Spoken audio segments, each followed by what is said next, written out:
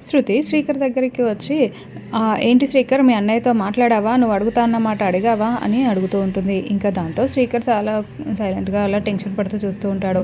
అప్పుడే అక్షయ్ ఏంటి శృతి ఏంటి ఆ మాట? ఏంట్రా అడిగేది? అని అడుగుతూ ఉంటాడు. ఇంకా అప్పుడే శృతి అదే మీరందరూ ముగ్గురు కలిసి పార్ట్నర్‌షిప్‌లో చేస్తున్నారు కదా!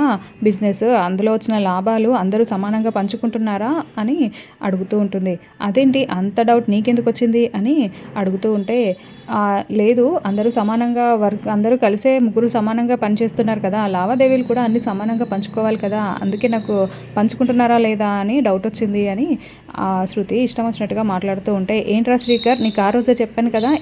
నేను అందరికీ సమానంగానే ఇస్తానని చెప్పాను కదరా! ఇచ్చాను కదా! ఆ విషయం నువ్వు చెప్పలేదా మీ ఆవిడకి? అని అంటూ ఉంటే, ఇంకా శ్రీకర్ సైలెంట్‌గా అలా చూస్తూ ఉంటే, ఆయన చెప్పారు కానీ నాకు నమ్మకం లేదు అని శృతి ఇష్టం వచ్చినట్టుగా మాట్లాడుతూ ఉంటే, అవనికి చాలా కోపం వస్తూ ఉంటుంది. ఇంకా మరోవైపు పల్లవి కూడా అవును శృతి కరెక్ట్‌గానే కదా అడిగింది అని అంటూ ఉంటుంది.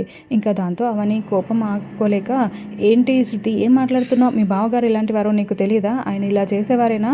అందరికీ సమానంగానే పంచుతారు. ఆయన గురించి తెలియదా నీకు? అని అంటూ ఉంటే ఇంకా శృతి మాత్రం నాకు అవన్నీ తెలీదు. మాకెలా తెలుస్తుంది ఆయన సమానంగా పంచాడో లేదో అన్నట్టుగా లెక్కలన్నీ చెప్పాలి అన్నట్టుగా మాట్లాడుతూ ఉంటే అవని అక్షయ్ చాలా కోపంగా చూస్తూ బాధపడుతూ చూస్తూ ఉంటారు.